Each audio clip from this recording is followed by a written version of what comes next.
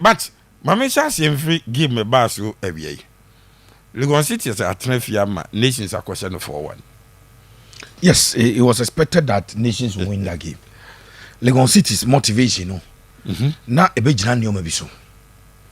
Iti na no analysis no mame the league table no na and as say Legon City's nations goals no kwa platform so win. Wait with the number UAE because we Kotoko match no ha. Enti enano ubusa he no me catch say me Legon City's abeka nso atreman ho. Yes.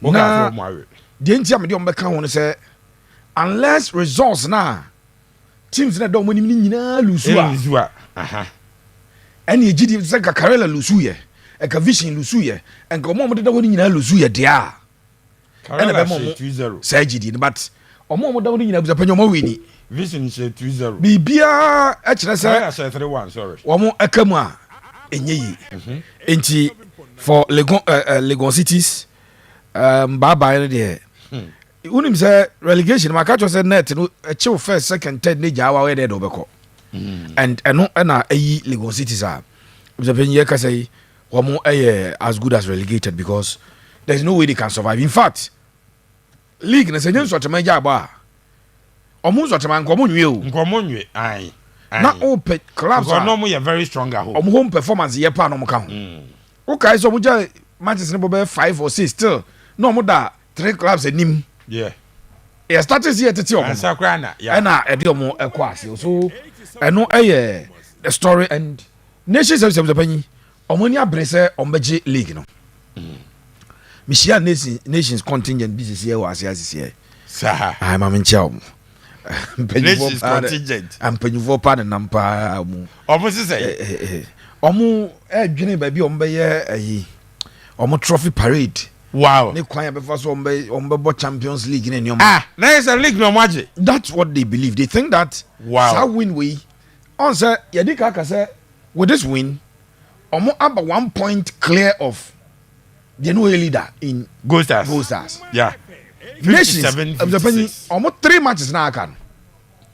Mienu edin pa the nations pa. In fact, Project Nations games now. Cause someone summer test the next home game. Summer test say nations ko show mo shetrobi or first season na. Sanko for no e wa adwen bi say omunya ombeti omo. But that is not a game ah.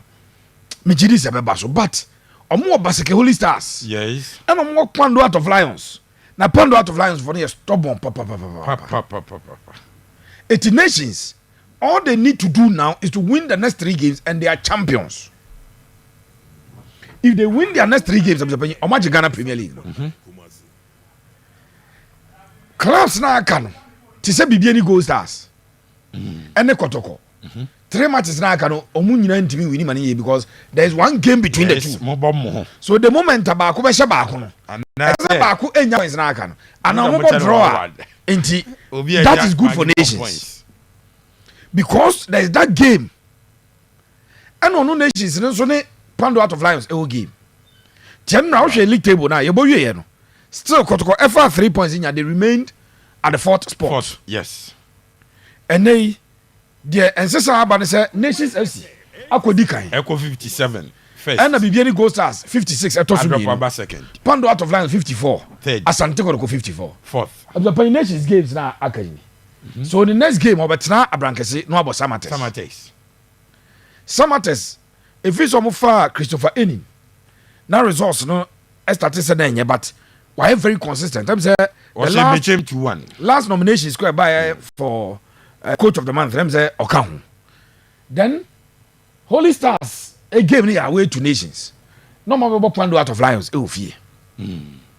These are the 3 games. Wow. And 9 points from these games means that nations are champions of the Ghana Premier League. Wow. This is their second attempt, almost second season here. And they have destiny in their own hands. Destiny in their own hands. But there be on issues. Pando out of Lions of one win, draw them go fire, and they umba 54. Still, Emma Pando out of Lions. Holy Stars no. Basically, Holy Stars no. Emma Lions for no still a hope. Unima de Guja. Anything. Should nations winning the 2 games na aka na Lions winning the 2 games na aka na Lions share nations last game and Lions G League from if the competition is between Omumi and Upa nations ko share first leg 1-0 ewo Pando so if they come and they beat nations and they beat them well then head to head beat my favor that is assuming Omumi and Upa the last round of matches you know in contention so that game a final game for them Omuni Pando out of Lions and said the Lions for air was a penny almost next game on Babo of you know Pando out of Lions or young apostles to play or Bechem to play or nations to play also very difficult young apostles there no I doubt if they will come Lions Babo 2 away games yes I doubt Omeba Bibian if young apostles yes it's young apostles game no I doubt if Lions with me every waba but baby I can come to nations I don't know who agina ye yeah na abrant bi water from Jachi Kro from Samampom also on the empire but say Kotoko League nations GFA Cup na none abrant back also Fred Steve was say last year said yeah Champions League summer test ne so atama nyina de call enkran e ma nipa ko kire na fi Confederations Cup the Champions League we bori nyina kuro mu ha man confo so free baby aba abehwe so nations are poised the baby omu gina there omu agi league na eyi pa because destiny na ehye omu nsem ya na baby a ehia me pa they don't need anybody they need themselves a point the moment omu win the akani nyina no while done achi unso win the akani nyina still waje yeah it's no the good news are quarter nations and this game they were always going to win but scoreline no and anoshi 4-1 na dia ba kwa na me hwe ne se sanke ye na me hu se bia Pfizer chewita hat-trick bia ya na sa na ma but Emmanuel no he's on form any omu players no me person mu se bia game no was played in a competitive spirit and I say obi also be pen ya onye or smart ebi mu nse danim yine ye nano duana ne we Chelsea 3-2 no ama nkona bo 2 goals no esa no obi a conclude say we there aka Lions ne duana 5-3 yeah they akoma nti now o maye ne sa but I think that nations service open ye bedu league na cut 3 matches so je ya e chese overall in the season they've done well and on my way performance no the entire match we what now to be bebenyin so wahye Kotoko yes wahye Hearts okoshe Lions first I top 3 e league no we kid of away what check omo eko obi o ma no how are you going to doubt them when they are beating a very weak team in Legon cities you just have to give them the credit say omo bomo modern and omo ko win 4-1 they was open ano esh pa 4-1 away Asante Kotoko for omo betimi ese Kotoko ayedi but said that na pengre ka se mo enwumre die ye wie omo fa bibia Kotoko league no mo da so wo mo betimi abapani league no de eme ka so bi da so wo ne se mathematically uji yeye etu yi ni pakodi free man yeye okay ye ka say mathematically give me the league table Kotoko ni nations wo game Kotoko nations in game Derby na is Kotoko intimate stop nations Derby wow any nations in any game it will share league table ya buza da we a oh biem kakra na he top no ha mame fan free Hartford ko 49 fifth it aka 3 games me boy udi ni nyina ma ha so meko 58 and that's and the only table no how many points 57 inti ubo say there is still a possibility say has beat Magic League possibility ni eka but ufo obi a all the matches na akari nyina ama no na mo suru ni nyina lusu ni nyina oje enye ya on the only chance bia okay it is still Kotoko has a chance to win the league reason is Kotoko ewo 54 points the leading ewo 57 3 points per aka 9 points to fight for so there's no way you can conclude say oje enye nemum even if nations should lose one game Kotoko can still not win the league. Brabio. Kotoko get 9 points. That nations I get 3 and nations will win the league. So I Kotoko go on prayer. And let me explain. Okay. Ghana League na airborne. You the three any three and determine the Head to head. Obe jina baby so no be a points a pa. Enti so the 6 points a nations the no may ye example say nations lose one game. Tifane say 9 points na ka nations e benya mu 6. Onya 6 abeka ho be nations abeko 63. Asante Kotoko ewo 54. Se Kotoko enya 9 nyina ba ono so beko 63. Se Kotoko nations are tie. Omo tie 63 a. Nations a share Kotoko 2-0 ewo Kotoko home. And we share Kotoko 2-0 ewo no home head to head. Wow. So for Kotoko to win the league, nations must drop more than 3 points. 3 points. Wow. Se Kotoko bet me age league na. Yeah. As a nations 3 games na akan. Emu mienu they must fail to win. And also Kotoko nga ho no watch no. You can envisage who trust here calculation na. Nations game no boko PM ewo Basekene there. Just a go start for that jet to Holy Stars. Episode we nya game they will win. But that win alone, should nations lose one game, it is not good enough for Kotoko to win the league. Wow. And no when it comes to Kotoko nations, Yamfa Bibiani Gold Stars. Okay. So back to the league table. Over Gold Stars are second with 56 points. So Gold Stars a cap ni 3 games. Yes. Now Gold Stars games in the danger will be so their next game on Asante Kotoko. Wow. At home. Oba Kotoko we are Okobo brekum Chelsea a Nneoma nkoye pressure starting Ebasa Mobodu so. Yes. The last game no on Accra Lions. Accra Lions are worried. They be on way or but they will survive. They will do no more. They be Accra Lions from survive. What do you pay? Sir. What do you hear? I did see but a channel this high feel like wow. I say base mama the fella man. In terms of penny share Bibiani Gold Stars. Se Gold Stars edge ne points in nyina. Na nations e drop bia. Gold Stars there obetuma wini. Obeko 63. So should nations drop one game. Sorry, Obeko 65. Se nations e drop game a. Gold Stars Beko 65. Gold Stars ebetuma san all the points akwaje. Or 56. Eti ubon se Gold Stars chances of winning the league no. A brighter chance Asante Kotoko there. Yes. Because Kotoko there they need nations to falter in 2 games. Yeah. Olusu ba ko be a draw baako. And sana Kotoko ebetuma san because Kotoko na tire. Head to head wasanji. Yeah. Osha points difference between nations and Gold Stars are 1 ekome. Yeah. 1 say 57 56. Enti se nations we need the nyina na Gold Stars we need 3 nyina and yes still nations age. Name of nations about draw lose 2 points a drop. Na se Gold Stars we need the nyina Gold Stars can win the league. Okay. So Gold Stars a chances no e was soro e the chance and take chances of winning the league. Wow. Yamfa Pando Heart of Lions. Jensanko league table so. Heart of Lions. And I'm the analysis no. Third. So Lions are third with 54 points. And the nations are first with 57. The same scenario now. Lions Kotoko Hiano. Lions here the difference is that so Lions the team or no air nations no share more than the nations cause share the first leg now. Then you better conclude say league no ebetimi ababedi nations FC Pando Heart of Lions and 7 because we share the first leg now.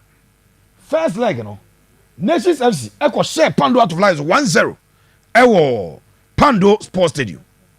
So omo equal winning 1-0 ewo Pando no. The chance say if nations FC are able to beat Pando Heart of Lions by more than a goal, more than 1 goal margin. Now aggregate head to head ebe do on side. Once some nations just what 3 points of free nations in. None omumum Pando Heart of Lions can tie on points with them. Okay. But they can win. Yes. So the difference is that Kotoko and nations a tie of points are no way Kotoko will win. Yes. But nations and Lions with what tie on points and Lions now offer score line cry Lions but be nya 100 tie points no. Okay. Lions can win. Okay. But for Bibiani Gold Stars 1 point na dam ni ntino se nations akobo draw mpo no no we need 3 games na kana esan say 1 point or no add 2 points about believe for nations no akwa league. That is how the top of the table is shaping. Now to the question that you asked, Asante Kotoko. There is a chance, but the chance is not as bright as others at here. Wow. Essence and I say your destiny is not in your hands. You can win all your matches and still not win the league. Yeah. Because other teams in your influence in their matches no ever form. Sure. Enti Asante Kotoko ebetuma win the matches ni nyina. Said the nape kakacha manche say this is only a stepping stone. The idea is that let's go and beat Gold Stars ewo bibieni. Ye wia ye mesha mediema ewo baba ara. Ni last game no enko win a game no ewo vision.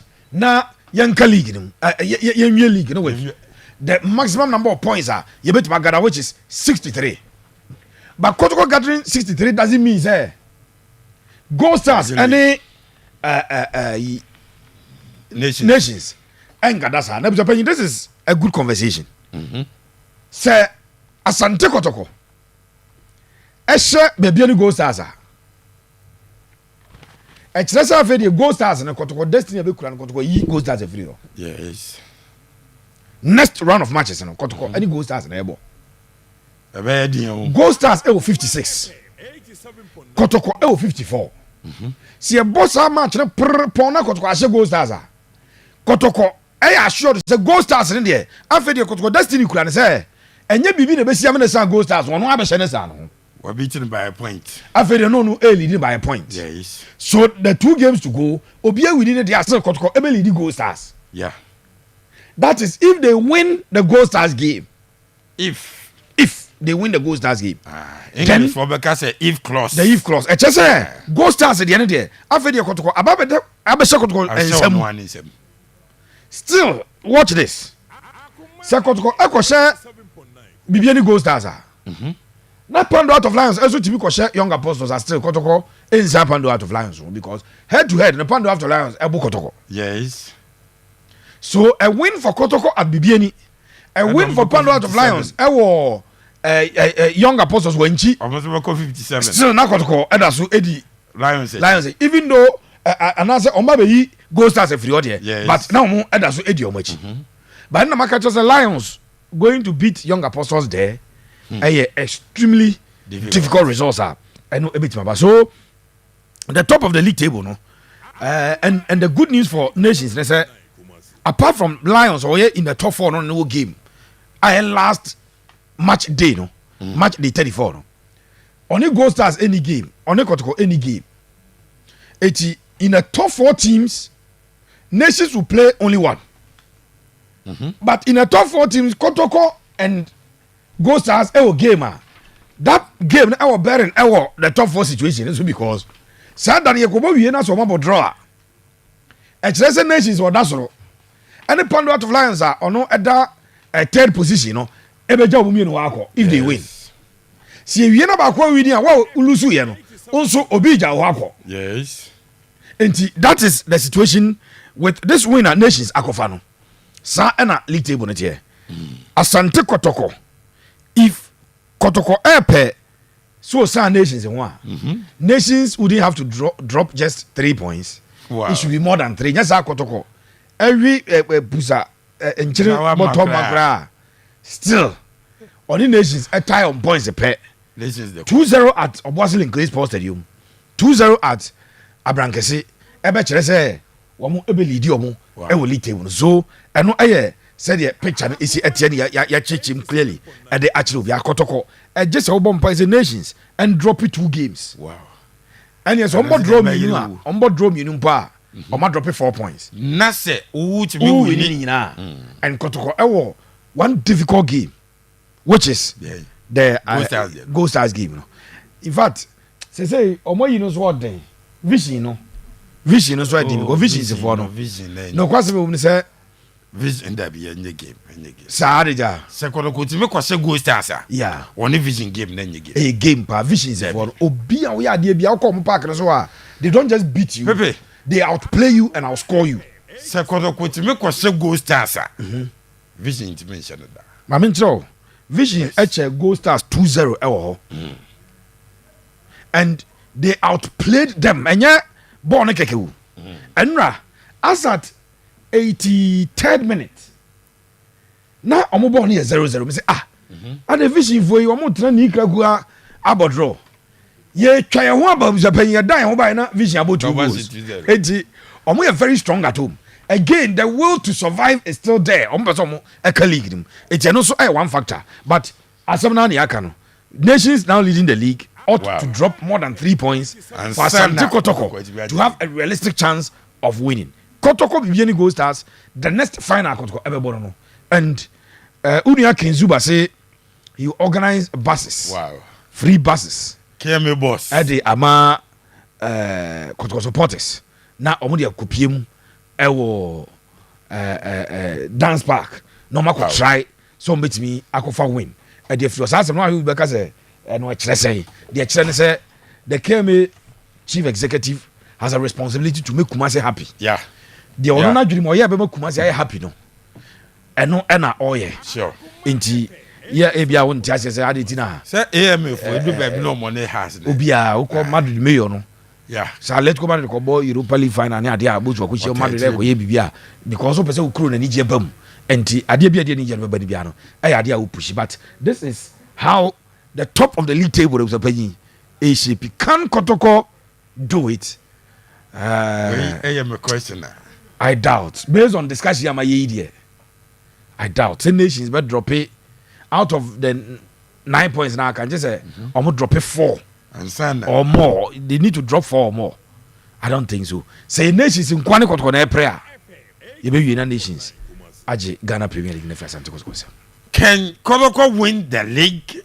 Where a question I give bisa. So what can the matches are? Of course, when you find some more with the tuja. Mami